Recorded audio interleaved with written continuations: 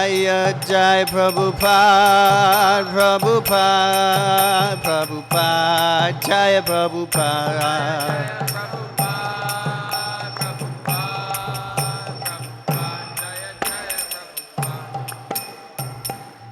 Go to Premanande. Jayam Vishnupad Paramahansa Parivrajagacharya Stotra Satta Shri Srimadesi Bhaktivedanta Swami Maharaj Prabhupada Ki. BBT Iskcon BBT founder Acharya Srila Prabhupada Ki.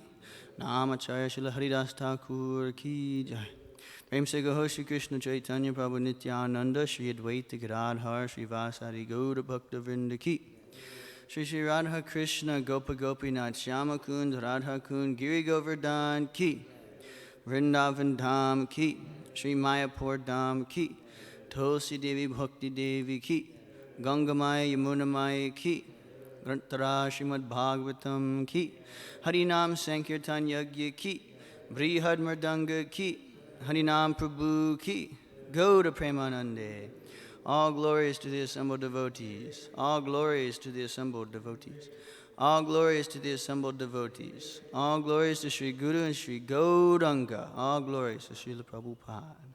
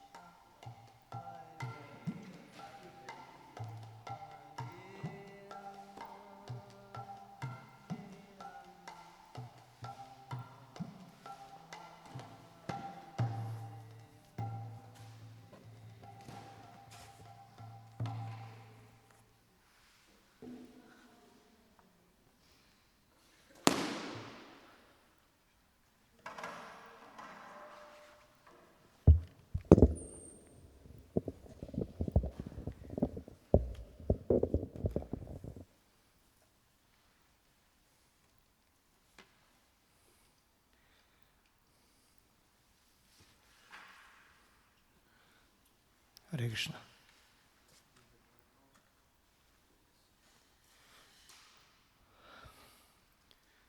Jai Radha Madhava Kunja Bihari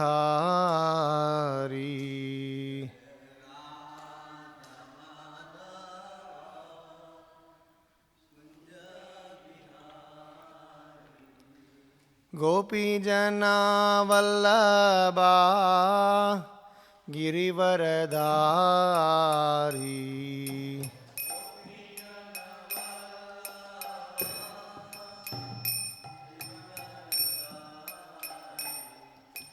Gopi Jana Vallabha Girivaradari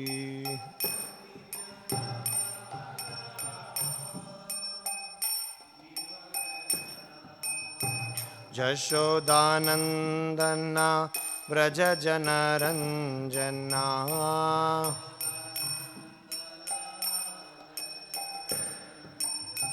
Jashodhanandana Vraja Janaranjana Jamunatiravanachari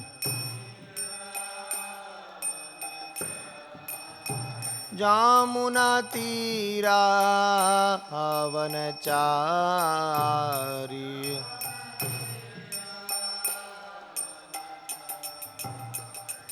Jai Radha Madhava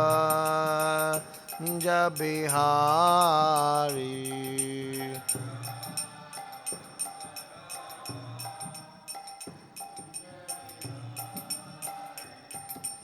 Gopi Jana Vallabha Girivaradari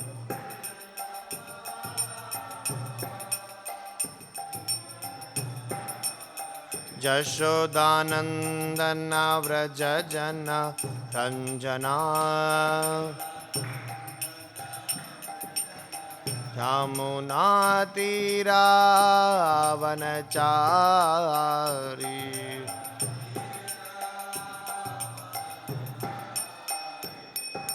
Hare Krishna Hare Krishna Krishna Krishna Hare Hare Hare Rama Hare Rama Rama Rama Hare Hare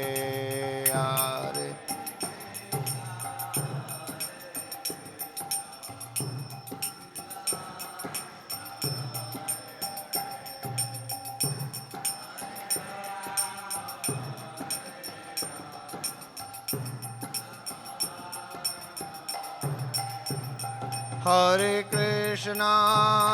Hare Krishna Krishna Krishna Hare Hare Hare Rama Rama Rama Hare Hare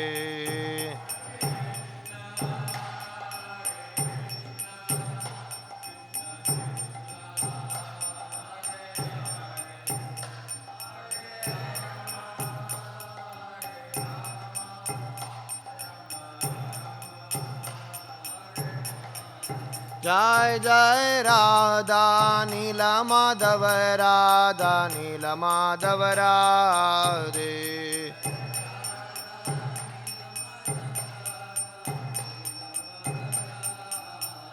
Jaya Giri Govardhan Giri Govardhan Giri Govardhan Jaya Giri Govardhan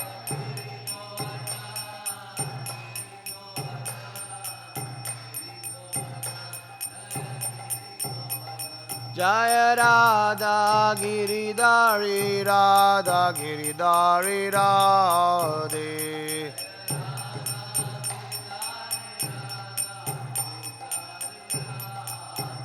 Jaya Nitai Chaitanya Chandra Nitai Gaura Chandra Gaura Hari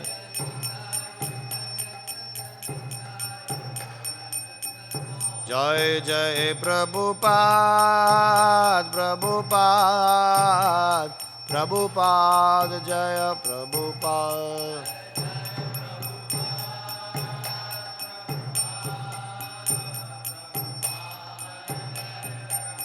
Nittai Gora Hari Bol, Hari Bol, Hari Bol, Nittai Gora Hari Bol.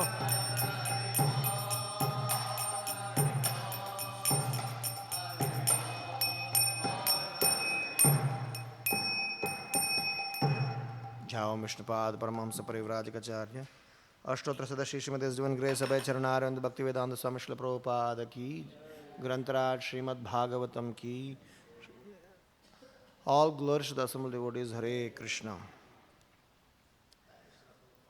Om Namo Bhagavate Vasudevaya.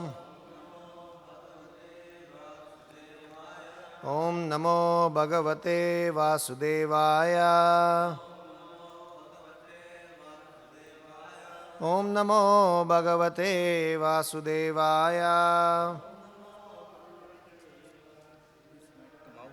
Narayanam Namaskrityam Naram Chaiva Narottamam Devim Saraswatim Vyasam Tato Jayam Udirayed Nashtaprayeshu Abhadreshu Nityam Bhagavata Sevaya Bhagavati Uttama Shloke Bhaktir Bhavati Naishtiki. Reading from Srimad Bhagavatam, Canto 10, Chapter 87, Text number 25. It's a pretty long verse. Let us try to see if we can fit it in a meter. Janim asatas sato mritim utatmani ye chabidham. Janim asatah sato mritim utatmani echa bhidham.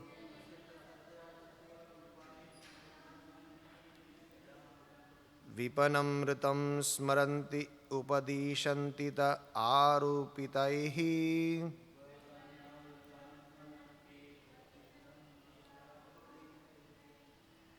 Trigunamaya puman iti bidayat abodhakrita.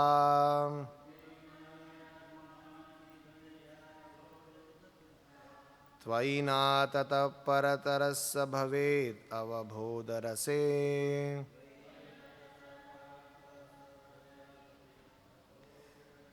Janim asata sato mritim utatmani echa bhidham.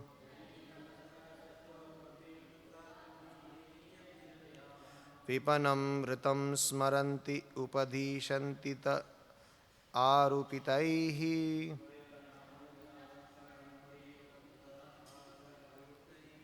Trigunamaya puman iti bidayat abodha kritaha.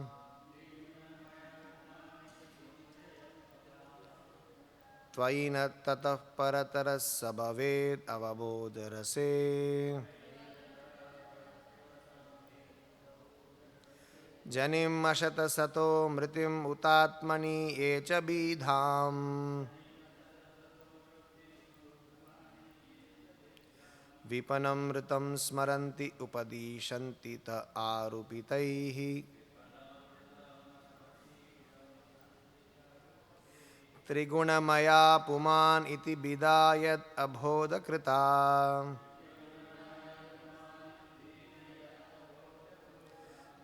Tvainas-tatah paratarassa bhaved avabodharase.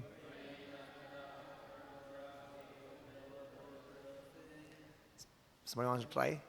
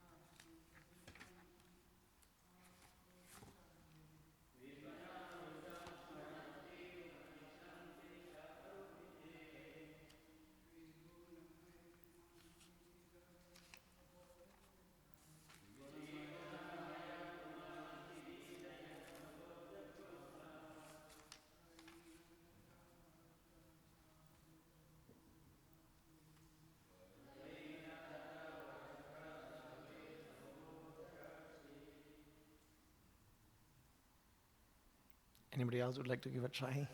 Okay.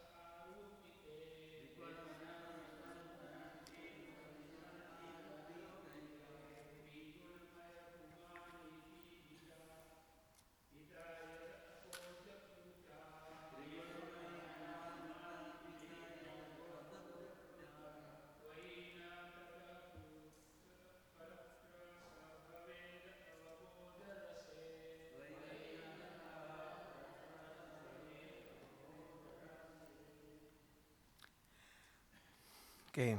Anybody else? Okay. The word to word meaning. Janim, creation, asataha, of the manifest world from atoms. Sataha, of that which is eternal. Mritim, destruction. Uta, also. Atmani, in the soul. A, who. Cha, and. Bidham, duality. Vipannam, mundane business. Ritam, real. Smaranti, declare authoritatively. Upadishanti, teach. Te, they. Arupitai, in terms of illusions imposed on reality. Three, guna, of the material modes. Maya, composed. Puman, the living entity. Iti, thus. Bhida, dualistic conception. Yet, which. Abodha, by ignorance. Krita, created. Tvai, in you. Na, not. Tata, to such. Paratara, transcendental. Saha, that. Ignorance. Bhaved, can exist. Avabhodha, total consciousness. Rase, whose composition. Translation and purport by the disciples of Srila Prabhupada. Translation. Supposed authorities who declare that matter is the origin of existence, that the permanent qualities of the soul can be destroyed, that the self is compounded of separate aspects of spirit and matter, or that material transactions constitute reality, all such authorities base their teachings on mistaken ideas that hide the truth. The dualistic conception that the living entity is produced from the three modes of nature is simply a product of ignorance. Such conception has no real basis in you, for you are transcendental to all illusion and always enjoy perfect total awareness. Purport. The true position of the Supreme Personality of Godhead is a sublime mystery, as is also the dependent position of the Jiva soul. Most thinkers are mistaken in one way or another about these truths, since there are countless varieties of false designation that can cover the soul and create illusion. Foolish conditioned souls submit to obvious delusions, but the illusory power of Maya can easily subvert the intelligence of even the most sophisticated philosophers and mystics. Thus, there are always divergent schools of thoughts propounding conflicting theories concerning basic principles of truth. In traditional Indian philosophy, the philosophers of Vaiseshika, Nyaya, Sankhya, Yoga, and Mimamsa philosophies all have their own erroneous ideas, which the personified Vedas point out in this prayer. The Vaiseshikas say that the visible universe is created from an original stock of atoms, Janim Asataha. As Kannada Rishis, Vaisheshika Sutra 7.1.20 state, Nityam Parimandalam, that which is of the smallest size, the atom, is eternal. Kannada and his followers also postulate eternality for other non atomic entities, including the souls who become embodied and even a supreme soul. But in Vaiseshika cosmology, the souls and the supersoul play only token roles in the atomic production of the universe. Srila Krishna Dvaipayana Vedavyasa criticized this position in his Vedanta Sutras 2.2.12 Ubatyatyapi na karmatas tad abhavaha. According to the sutra, one cannot claim that at the time of creation, atoms first combined together because they are impelled by some karmic impulse adhering in these atoms themselves. Since atoms by themselves, in their primeval state, before combining into complex objects, have no ethical responsibility that might lead them to acquire pious and sinful reactions. Nor can the initial combination of atoms be explained as a result of the residual karma of the living entity who lie dormant prior to creation, since these reactions are each jiva's own and cannot be transferred from them even to other jivas, what to speak of inert atoms. Alternatively, the phrase Janim Asataha can be taken to allude to the yoga philosophy of Patanjali Rishi, inasmuch as his Yoga Sutras teach one how to achieve the transcendental status of Brahmanhood by a mechanical process of exercise and meditation. The Patanjali's yoga method is here called Asat because it ignores the essential aspect of devotion, surrender to the will of the Supreme Person. As Lord Krishna states in Bhagavad Gita 17.28, Ashraddaya hutam dattam tapastapam kritam chayat asadidi uchyate partha nachatat pretayat noiha. Anything done as sacrifice, charity, or penance without faith in the Supreme, O son of Pritha, is impermanent. It is called asat and is useless both in this life and in the next. The Yoga Sutras acknowledge the personality of Godhead in an oblique way, but only as a helper whom the advancing yogi can utilize. Ishvara Pranidhanadva, devotional meditation on God, is yet another means of achieving concentration. Yoga Sutra 1.23. In contrast, Badarayana Vedavyasa's philosophy of Vedanta emphasizes devotional service not only as a primary means to liberation, but also as identical with liberation itself. Ya prayana tatrapi hidrishtam. Worship of the Lord continues up to the point of liberation and indeed goes on in the liberated state also, as the Vedas reveal. Gautama Rishi in his Nyaya Sutras proposes that one can attain liberation by negating both illusion and unhappiness. Dukkha janma pravritti dosha mitya jnananam uttarotpayetat anat antarad bhavet apavargaha. By successively dispelling false conceptions, bad character, entangling action, rebirth and misery, the disappearance of one of the allowing the disappearance of the next, one can achieve final liberation. But since Nyaya philosophers believe that awareness is not an essential quality of the soul, they teach that a liberated soul has no consciousness. The Nyaya idea of liberation thus puts the soul in the condition of a dead stone. This attempt by Nyaya philosophers to kill the soul's innate consciousness is here called Satomritim by the personified Vedas. But the Vedanta Sutra unequivocally states, Nyota eva, the jiva soul is always a knower.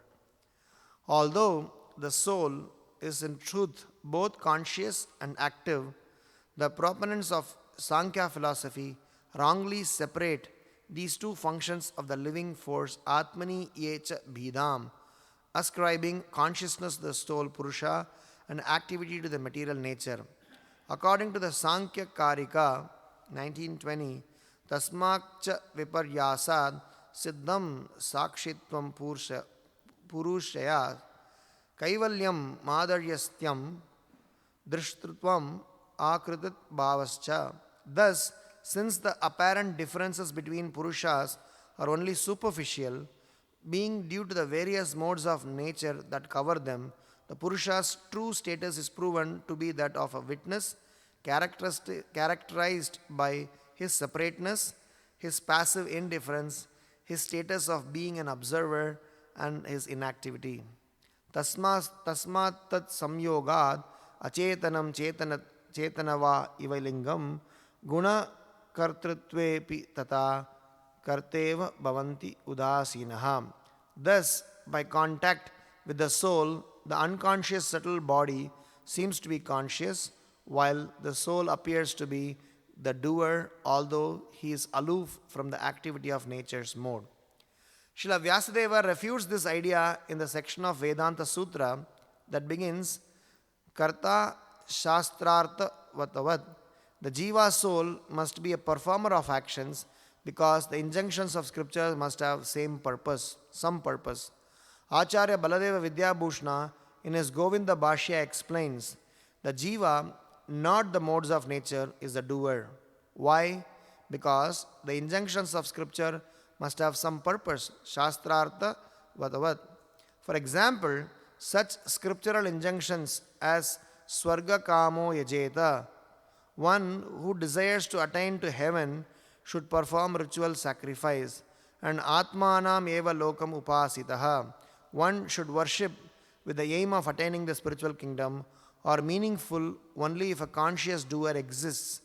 If the modes of nature were the doer, these statements would serve no purpose. After all, scriptural injunctions engage the living entity in performing prescribed actions by convincing him that he can act to bring about certain enjoyable results. Such a mentality cannot be aroused in the inert modes of nature. Jaimini Rishi, in his Purva Mimamsa Sutras, presents material work and its result as the whole of reality. He and later proponents of Karma Mimamsa philosophy teach that material existence is endless, that there is no liberation.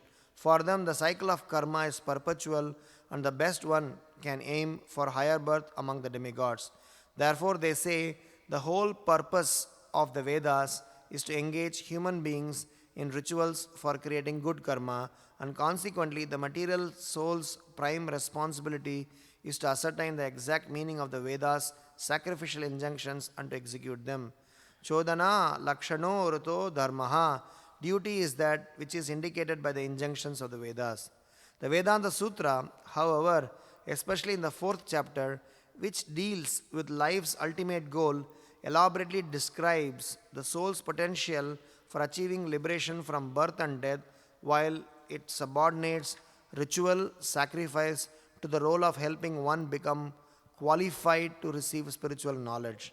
As stated there, Agni Hotrodadi Tutat Karyayaiva Tad Darshanad. The Agnihotra and the other Vedic sacrifices are meant only for producing knowledge. As the statements of the Vedas show, and the very last word of the Vedanta Sutra proclaim, Anavritis Shabdat, the liberated soul never returns to this world as promised by the revealed scripture. Thus, the fallacious conclusions of the speculative philosophers prove that even great scholars and sages are often bewildered by the misuse of their own God-given intelligence. As the Katha Upanishad says, Avidyaya mantare vartamana swayam dhira panditam manyamana janghanyamana pariyanti mudha ande naiva niyamanana yatandaha. Caught in the grip of ignorance, self-proclaimed experts consider themselves learned authorities. They wander about this world befooled like the blind leading the blind. Of the six orthodox philosophers of Vedic tradition, Sankhya, Yoga, Jnaya, Vaiseshika, Mimamsa, and Vedanta, only the Vedanta of Badarayana Vyasa is free of error, and even that only as properly explained by the bona fide Vaishnavacharyas. Each of the six schools, nonetheless, makes some practical contribution to the Vedic education. Atheistic Sankhya explains the evolution of natural elements from subtle to gross. Patanjali's yoga describes the eightfold methods of meditation. Nyaya sets forth the techniques of logic. Vaiseshika considers the basic metaphysical categories of reality. And Mimamsa establishes the standard tools of scriptural interpretation. Apart from these six, there are also more deviant philosophies of the Buddhists, Jains, and Charvakas, whose theories of voidism and materialism deny the spiritual integrity of the eternal soul. Ultimately, the only perfectly reliable source of knowledge is God Himself. The personality of Godhead is Avabodha Rase, the infinite reservoir of unfailing vision. To those who depend on Him with absolute conviction, He grants the divine eye of knowledge. Others, following their own speculative theories, must grope for the truth through the obscuring curtain of Maya. Srila Sridhara Swami prays, Mithya tarka sukar kare shita mahavadandara brahmyam mandamater hamandamo himams tvajnana vartamah Shriman Madhava Vamana Trinayana Shri Shankara Sripate Govindeti Mudavadan Madhupate Muktakada Shyamaham.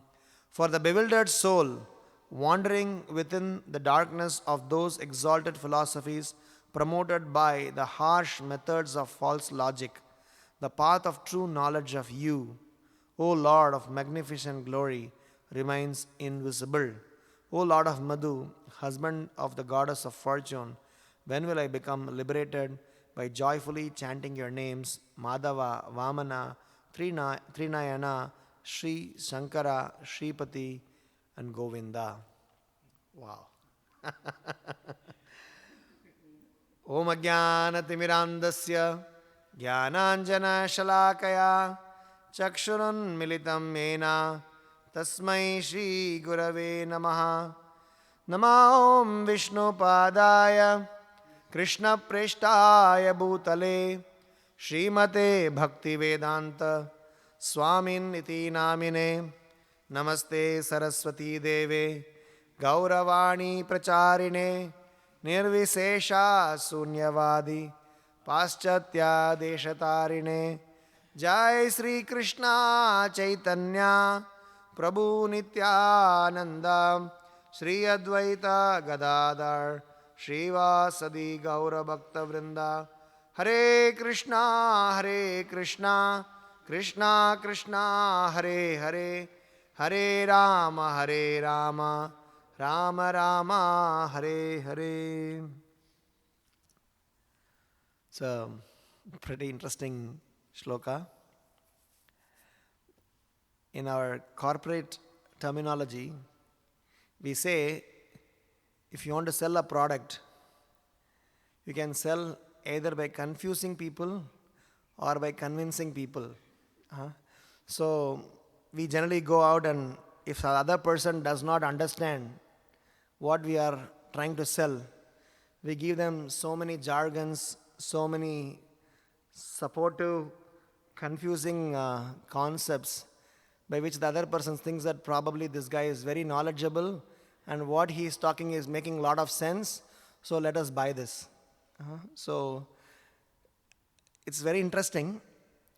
The reason is that last August 2019, I was in Govardhan Eco Village where I studied this 6 philosophies for 10 days. It's part of our PhD program. So basically in PhD program, there are Indian philosophies are supposed to be, because it's a school of philosophy, so we are supposed to study different schools of philosophies, whether you believe in or not.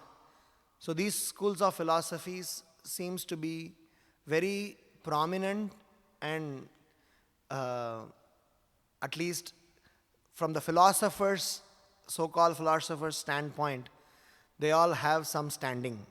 Whether it is true or not true, they have some logic, as it is explained in the last but one paragraph, where each of them base their philosophy on certain factor.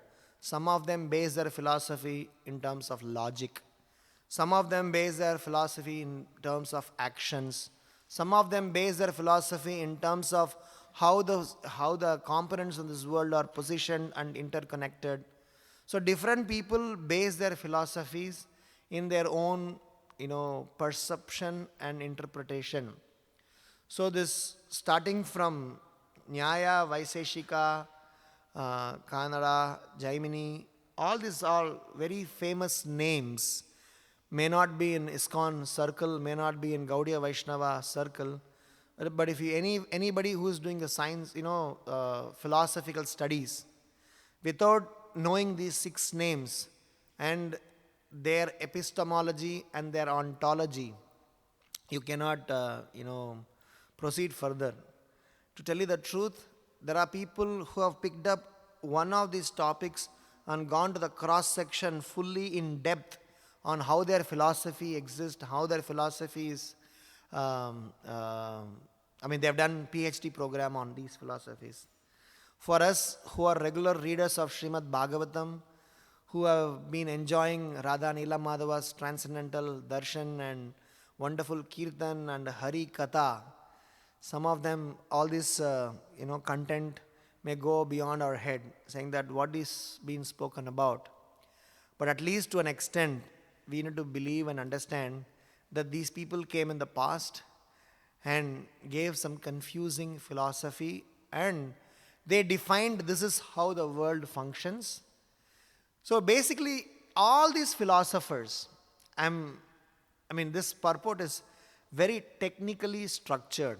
If somebody is doing a PhD program, I never, remembered this purport, because we were asked to write a paper on these 6 philosophies and interpretation. Had I remembered, we could have easily, because very nicely this disciples of Srila Prabhupada, they have compared what the personality, whether it is Jaimini, Kannada, Vaisheshika, what they are saying, how it is nonsense, and what is the correct version of it. So very nicely they have technically explained. So in our next 20 minutes, we will not get into that. Then it will become a philosophy class, and probably it may really sound overwhelming. It's definitely interesting and important, and in fact, it is to be encouraged that kids gets exposed to such philosophical studies. Because of these philosophies, which are very overwhelming, of late people start to boycott philosophical studies and try to classify them as mythology, and they don't exist. So directly get into what you can grossly perceive, enjoy, work with, and that's the reality. Brahma Satyam, Jagat Mithya, the whole thing is all false. Whatever you could perceive, enjoy, you enjoy, and move on. Don't try to analyze. The moment you analyze, it's all confusing. So since it is confusing, let's leave it, anyway, what we could perceive, what we see, what action and reaction happens is what the reality is. It's a very foolish basis, but that foolish basis is coming from a Jai Shishi Radha Nila Madhav Ki Jai. That foolish basis is coming from a background where, because I can't understand, because I can't comprehend, because I do not want to take the pain of going deep into this, let me just skip this. So we will not, very detailed analyze them, because it's a very interesting analysis sometime we can do. But what we want to derive, or what we want to throw some light or some reflections from this current context, is the last paragraph from Sridhara Swami's glorification. He says that anyone who tries to take some technical explanations and philosophical interpretation over and above one's action and application, they'll get blinded, and they will be a blind person, will not know the truth. I repeat, when somebody is dwelling on philosophy, when somebody is dwelling on interpretation, when somebody is dwelling on their own perception but does not want to get down to the experience as well as the inheritance of spiritual knowledge, as Sridhara Swami explains, that if somebody is stuck to logic, somebody is stuck to interpretation, they only remain in the false ego and pride platform. These false ego and pride platform actually is a blindfolds a person and does not let him see the beauty of the Supreme Lord. It is like this. A three-dimensional object, when it is projected on a two-dimensional plane, say for example, I project this Bhagavad Gita. Suppose I project this Bhagavad Gita, I show this, so this is projected on a three-dimensional plane. There is an x-axis, y-axis, z-axis. And over and above that, this object that I am projecting is also having various attributes.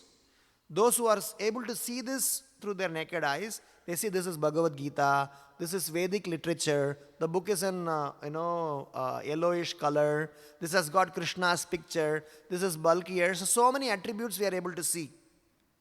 But when this three-dimensional object, suppose we project it in front of the light and get into a two-dimensional plane, and you bring somebody who has not seen Bhagavad Gita and ask him to explain that shadow or explain the two-dimensional projected object, they will not be able to explain various attributes that we are otherwise seeing. What we are seeing with our eyes, what we will be seeing in a two-dimensional plane are two different things.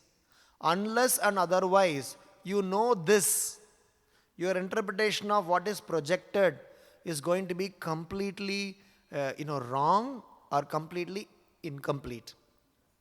So that way, what happens is, the science that we are receiving, the summary of such a big purport and the intricacies that are spoken about is, the science that we are receiving, that we are interpreting, they may be partially true here and there, but if they are not connected with the full whole, as the typical example Bhaktisiddhanta Saraswati Maharaj explains about the blind man touching an elephant.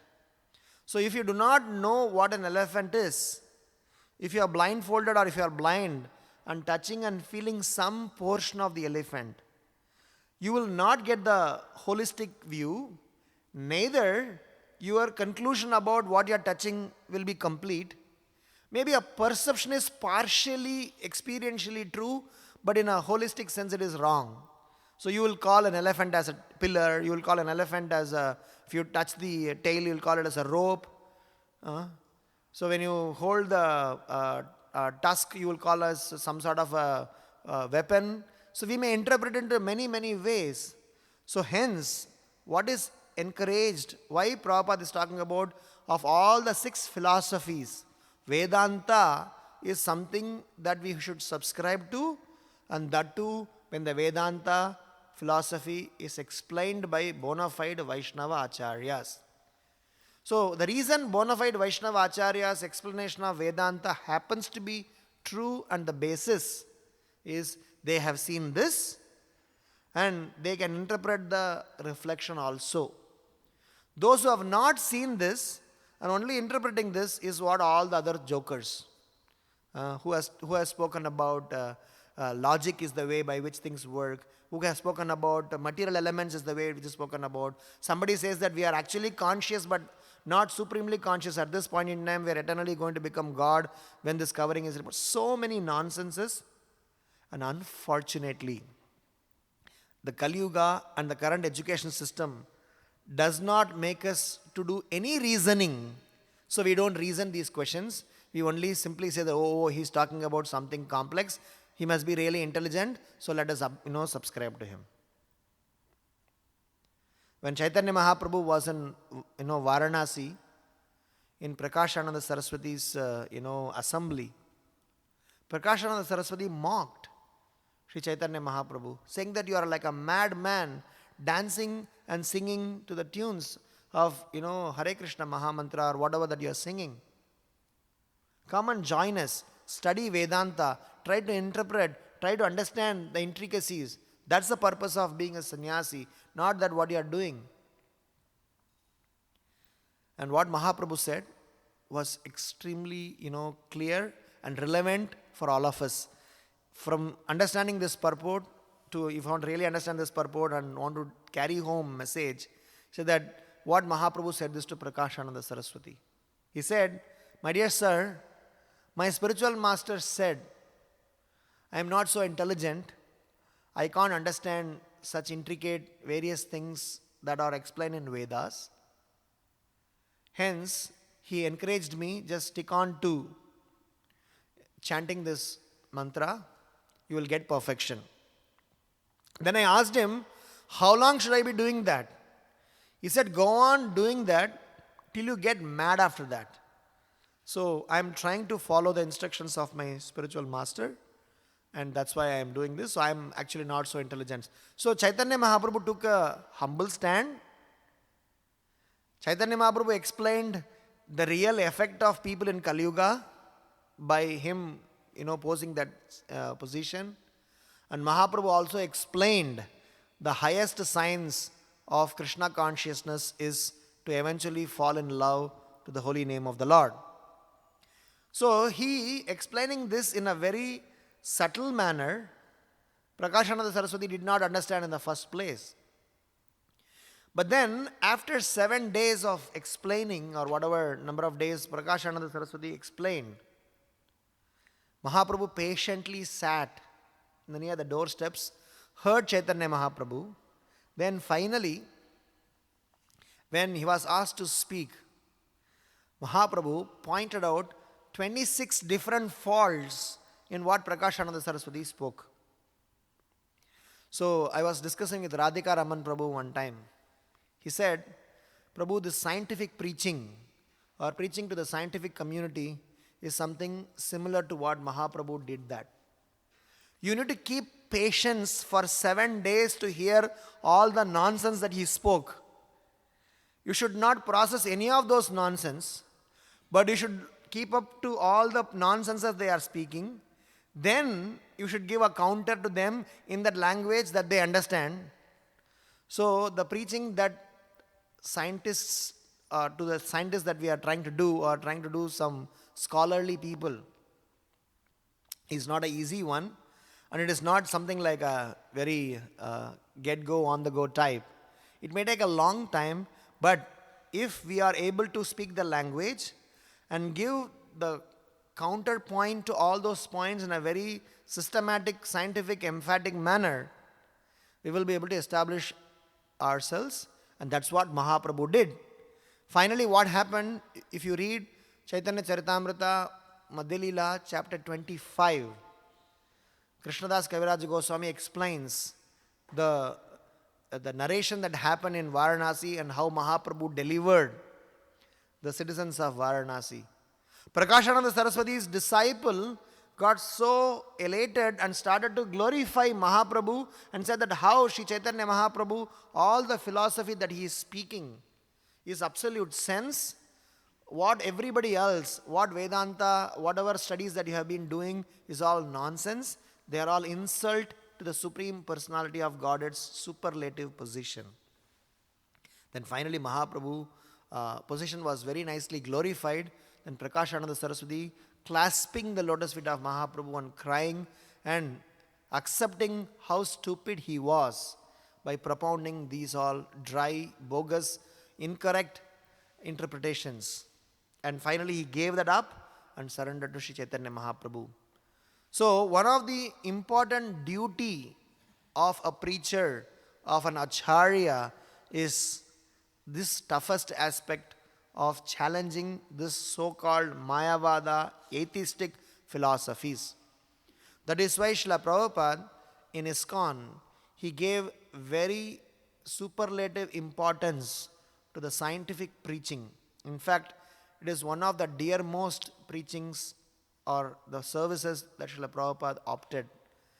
He chose His Holiness Bhakti Swarup Damodar Swami Maharaj and gave a lot of personal instructions to him, and eventually told him that in fact, Bhakti Swarup Damodar Maharaj, when he told Srila Prabhupada that what you are teaching makes a lot of sense, because he comes from a Vaishnava upbringing, so he could relate to Srila Prabhupada's teachings very easily. He was also a scholar, a scientific scholar, so he was also seeing what is going on in the scientific community. So he came to Prabhupada and said that this is so dry and so useless, and I do not want to do anything further on this, so let me come and join you. So Srila Prabhupada said, please don't do that.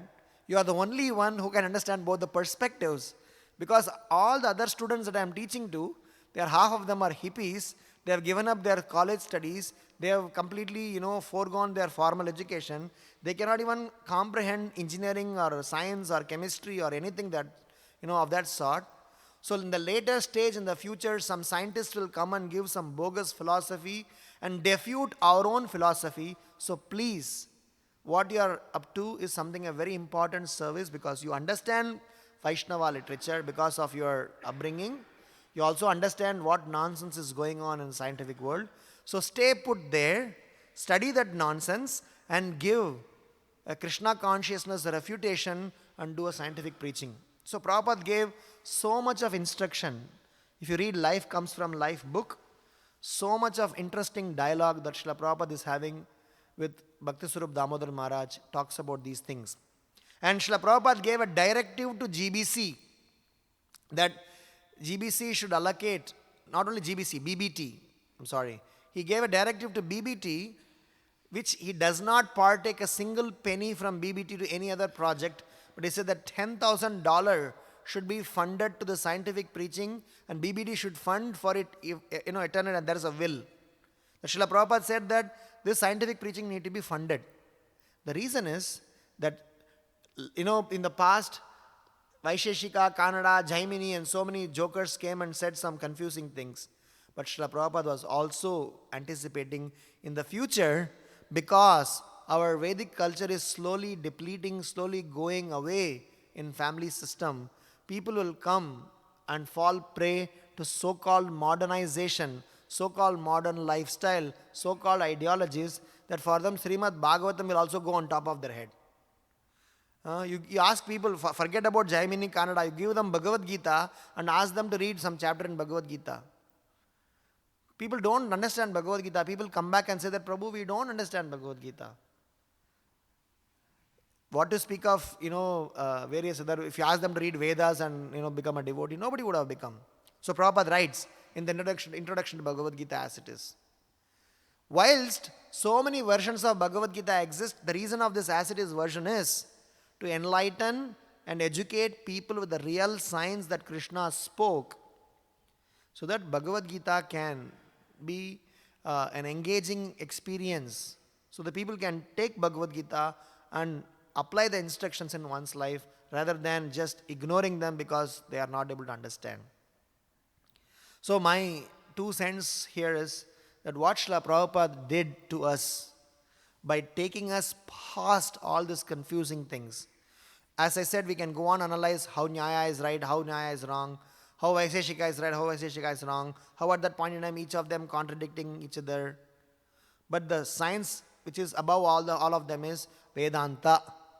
And that is why Vedanta Sutra and the commentaries to the Vedanta Sutra, which is Srimad Bhagavatam, is considered as Nigama Kalpataror Galitam Phalam. Why Srimad Bhagavatam is considered as our solace, our shelter?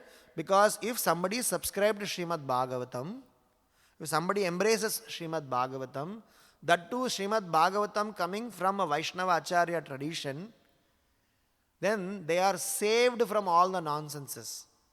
Suppose if you are going to consume something by sieving them which is good, which is not good, it is going to take a lot of time. So you need some central bodies or some qualifying body who authorizes this is qualified, this is certified food to eat. Suppose there are no certified food, you have to figure out which is clean, which is unclean. It's going to be really cumbersome. Not everybody is going to be able to do that. So hence we need a certified body. We need somebody who can go and give you what is best for us to consume. And that's what our acharyas have done. The pain that otherwise each and every one of us have to take by studying, analyzing, categorizing which is good, which is not good, which is classified, which is not classified, which is accepted, which is not accepted. So they have done it and given the very wonderful, simple nutshell. So the Srimad Bhagavatam is such a phal. That is why Sanatana Goswami is explaining in his prayer, Sarva Sastrabdi Piyusha Sarva Vedaika Satphala Sarva Siddhanta Ratnadya Sarva Lokaika Drikprada. Sarva Shastrabdi Piyusha. Piyusha means nectar. After churning all the Shastras, after churning all the ideologies, after churning all the stuffs, Sarva Vedaika Satphala. This is Piyusha, this is nectar. Satphala, Sarva Vedaika. When he says Sarva Veda, which means everything, Brahma is explaining this Sarva Veda in another place. Alotya Sarva Sastrani Vicharyasaf Punah Punaha Idam Ekam Sunispannam Dhyeyo Narayana Sadaha. He explains, using my 4 heads or 50 heads or whatever number of heads. Alotya Sarva Shastrani Vicharyasaf Punah Punaha. I have been kept on analyzing all the Vedas, not once, not twice. Punah Punaha, again and again. Idam Ekam Sunispannam Dhyeyo Narayana Sadaha. I come to only one conclusion by all this analysis, by all this sieving, is Narayana is my ultimate shelter. So if somebody has done that research, if somebody has done that sieving, if somebody has already classified and given us, what stops us in taking it? It is like we tell somebody, go and till the ground, sow the seed, water them, grow the plant, let the fruit fructify, pluck the fruit out, peel the skin off, make the juice and drink. Or somebody else is saying, here is your fruit juice. So the Bhagavatam is, here is your fruit juice. All the other processes, in the halfway through you will give up. Because by the time you get the fruit juice, you lose your whole, energies and interest in even drinking them. So, Sarva Vedaika Satphala, Sarva Siddhanta Ratnadya. This is a jewel of all the Siddhanta. And Sarva Lokaika Drikprada. Lokaika means people in general. Drik means they are completely confused. Srimad Bhagavatam gives direction. Sarva Bhagavata Prana. So this Srimad Bhagavatam is very dear to Bhagavatas, devotees. Srimad Bhagavatam Prabhu, my dear Srimad Bhagavatam. Kali Dvanto Dita Aditya. This Srimad Bhagavatam can uproot, can completely cleanse. Kali Dvanto Dita Aditya. All the anomalies, all the confusions of Kali Yuga can be completely cleansed off. Sri Krishna Parivartita. My dear Srimad Bhagavatam, you are Krishna personified. Who is saying this? Sanatana Goswami. Sanatana Goswami is explaining Srimad Bhagavatam in this manner.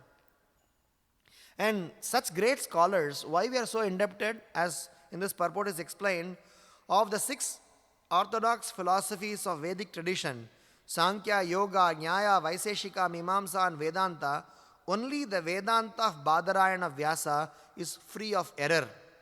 And even that only as properly explained by bona fide Vaishnava Acharyas. That is why, actually, this current context that we are reading is Narada Muni's conversation with Narayana Rishi. And they are discussing about what Vedas are glorifying about the Supreme Lord. So, this particular knowledge that Veda himself is telling, the Veda personified himself is telling, glorifying how great the Supreme Lord is, how Supreme Lord is beyond all the materialistic, conception. Ramanujacharya was traveling to different places by establishing Pancharatra process, as well as doing his preaching program. When Ramanujacharya reached to place in Jammu, so there were some profound scholars of monist philosophy. So they had compiled their sutras, and those sutras were considered as very, very valuable. So Ramanujacharya had a very single-pointedly focused agenda of how to defute this monism and establish this bhakti process. So he wanted to get the copy of that monist ideologies so that he can read them and defute them using their own logic. So he picked up the book, and he had a disciple by name Dasarathi. So Dasarathi picked up the book, and both of them, they left from maybe Dasarathi or some other name, I may be wrong with the name. So one of the profound disciples of Ramanujacharya. So they both picked up the book, they left, and they said, we will give back in 1 month's time, or after some time. Initially, the ashram inmates of that ashram, they said, okay, you take it. But one guy in the ashram said, watch out for this Ramanuja, he's a tricky guy. He's taking this book away from us, not to read, but to defute eventually. So they said, don't give this book to him, go and snatch it away. So the next day, they said, sorry, we cannot give this book to you, please give the book back. So Ramanujacharya thought, oh my God, I'm supposed to give the book back because the project is now going to be, much more challenging. So he was a bit concerned or worried. Then Ramanujacharya's disciple told, my dear Gurudev, you please don't worry.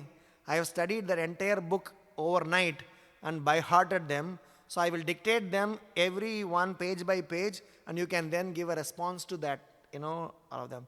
So Ramanujacharya got so elated. Oh my God, what a disciple I have. So the kind of services, by the time we reached this point of we sitting and reading Srimad Bhagavatam, we are so much indebted to so many predecessor acharyas. We are not just, emotionally or sentimentally surrendering to all these acharyas just for the sake of it. What they have contributed, what they have given us is something amazing. They have given fruit juice. Take it. Every day you take it. And it's so rich, so purifying, and so needed. So these all hard struggles, what Baldev Vidyabhushan had done, what Ramanujacharya had done, what Madhvacharya had done, what Sanatana Goswami had done, what Rupa Goswami had done, they had taken care of so many, cautions away and gave us the crux of the Siddhanta, which we should enjoy. And this, if we are not able to take advantage of it, we will be the most unfortunate. We will be the most, in Sanskrit we say durbhagyashali. We will be considered as the most unfortunate person, because what we currently have is the best that we could, all expect. And just by latching on to this Bhaktivedanta purports, just by latching on to this wonderful science given to us by Gaudiya Vaishnava Acharyas, we can easily, without any obstacle in philosophical deviation, without any distraction from philosophical confusion, we can make it to the lotus feet of the Supreme Lord. I would like to make a point by saying this, that we reading these pages of Prabhupada's purports, we develop bhakti by we reading all the other so-called misinterpreted, misconstrued ideologies of so-called atheistic or monistic philosophers, we lose bhakti. So we are very much indebted to all our acharyas, so we need to stay put in their footsteps, apply in our lives their instructions. By that way, the purpose for which they gave us Srimad Bhagavatam will be fulfilled. So with this note, I end here. Grantaraj Srimad Bhagavatam ki jai.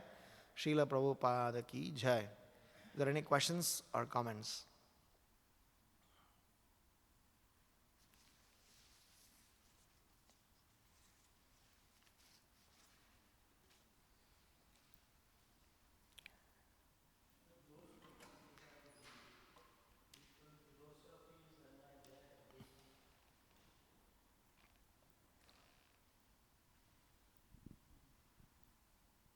Different people, unfortunate people, we say that because they don't have a proper understanding, different philosophy, misguided them. But what to speak of us? Janiya suniya viskhainu. We knows the fact. We hear everything. We have given that, like you said at the end.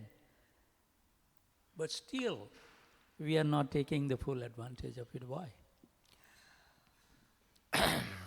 Very thoughtful point, as well as something to reflect upon by each and every one of us. It's obvious that what we have been given is the richest and the most sublime knowledge. Even that we are not able to, appreciate why. Somewhere it is explained that we have our defects, these 4 defects as a primary 4 defects as human beings. One is often comes under illusion, cheating propensity, committing mistakes, and imperfect senses. We don't take cognizance of that at all point in time. After some point in time, as devotees, we try to kind of overlook our position and try to assume that now we have got, we know Krishna. So I always tell this. One is about knowing Krishna.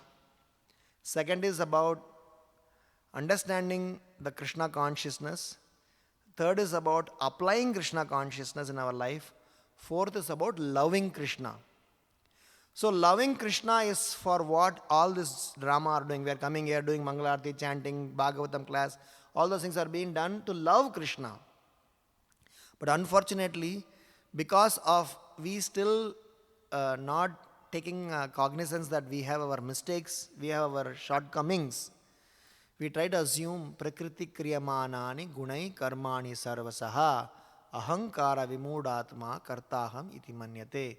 Just because of the ahankar, because of the ego, that we think we are the doer, we think we are the beneficiary, we think we should be the enjoyer, we are trying to use Krishna consciousness also in our benefit.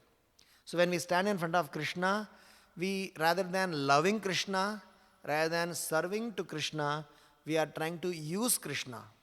They say that Krishna, I am putting $10 dakshina, what are you going to give me in return? Oh, my dear Krishna, what are you going to do something by you being a God? So when our perspective towards God is only thinking that we are the beneficiary. So the propensity that I am the enjoyer, I, me, mine, has not gone because of the ego that we have embraced. So that is why ego we say as edging God out. So that which quality by which God won't be in our lives, even as devotees, practitioners. And to know that reasoning why even devotees could get to that stage is because of their weak state of sadhana. That is why Srila Prabhupada says our initial days of sadhana is meant to cure the disease of ego, meant to bring us to the stage of neutral. Then you actually start performing devotional life. As I was talking on Sunday in the class, the girl went to Prabhupada and said, my dear Swamiji, that chanting process that you have recommended is very, very nice. I get to see a red light in front of my eyes. Srila Prabhupada said that keep chanting, that will also go away. So the point is that we are currently chanting Hare Krishna Mahamantra to even come to the stage of neutrality to understand I am spirit soul. Then there are 10 other things are to be done in Krishna consciousness ahead. I'll end by saying this. Radhanath Maharaj once said, one devotee asked Maharaj, he said, my dear Maharaj, we know Krishna is Supreme Lord, we know this process is very nice, but every time when we have faced with challenges, every time when we are faced with some difficulties, we work in solving them, fighting for them, rather than surrendering to them. Why? So he was very, humorously responding, saying that, which means you still do not have enough problems. So when you have a stage where you have so much problems, so much so that you cannot think of solving it, but for just raising your hands and surrendering it. So if you have limited problems, you think that you can solve it, you can solve it, you can solve it, and ignore Krishna, and even after giving the solution in your hand, you try to look for something for your enjoyment. And when you have more and more problem, to such people, the only way is to give more problems, more pushing against the wall, by which you can come to surrender. The example, the allegory that Vidura gives to Dhritarashtra about a man walking in the forest, falling into the elephant trap, but just before falling, he is holding on to the branch of the tree. He is seeing down, there are poisonous creatures. He is seeing up, the tiger that is chasing him is standing there. He is seeing that the woodpecker is, or the rats are eating the roots of them. He is seeing that the honey bee is stinging him. But in spite of all this precarious condition, the honey droplets that is dripping off the honeycomb, he is trying to lick. And he explains this is the nature of the people in this Kali Yuga, where in spite of all the precarious condition, we still try to find out where we can get enjoyment. So as devotees, so long as we are going to have the propensity that what do I get rather than what do I give, we will never be able to understand this wonderful science of Krishna consciousness. So that is why it is explained the important aspect of Krishna consciousness is to serve as a servant, under a servant, to enable us to understand the purity and the power of Krishna consciousness. So this chanting process and engaging ourselves in regular devotional service, menial services, are meant to crush this ego off, so that we can understand the wonderful science of Krishna consciousness. This is my 2 cents, Prabhu. Hare Krishna. I don't know the exact where I read, but or maybe I may have here that one time Bhaktisiddhanta Saraswati Maharaj, all these learned scholars and the followers and the disciples and everybody was there. And one time, I don't know the exact thing, but I can see overall picture what Bhaktisiddhanta Saraswati Maharaj wants to teach us. That he said that who has maintained the celibacy for 1 year, they can come and worship the Lord. Raise the hand. So nobody raised the hand. Then Bhaktisiddhanta Saraswati Maharaj asked, okay, who has maintained celibacy for 6 months? Come and worship the Lord. Nobody came forward. Who has done that for 1 month? Like that. So we really need to deep down in our heart to see that where we are, and are we really following Bhaktisiddhanta Saraswati Maharaj? Yes, Prabhuji. Thank you so much. To help you recollect where you must have heard, this is in the episode where Gaurakishore Das Babaji Maharaj's Samadhi ceremony. When Bhaktisiddhanta Saraswati Maharaj was carrying Gaurakishore Das Babaji Maharaj's, transcendental body for Samadhi ceremony, so many other so-called Gaudiya Vaishnavas assembled there. They said that Gaurakishore Das Babaji Maharaj has demanded his body to be dragged in the streets of Mayapur Dham. So Bhaktisiddhanta Saraswati Maharaj became so furious that none of you guys can come and touch the body of Gaurakishore Das Babaji Maharaj. Then he challenged whatever he just said. Is there anybody in this group who has not had sex the last 1 month, 1 week, 1 day, 1 hour? So he said nobody could raise their hands because they knew Bhaktisiddhanta Saraswati Maharaj was a guy who can see beyond. So very nice. Thank you, Prabhuji. Any other thoughts, comments? Okay. Grantaraj Srimad Bhagavatam ki jai. Srila Prabhupada ki jai. Nithaya Gaura Premanande Hari Hari Bol.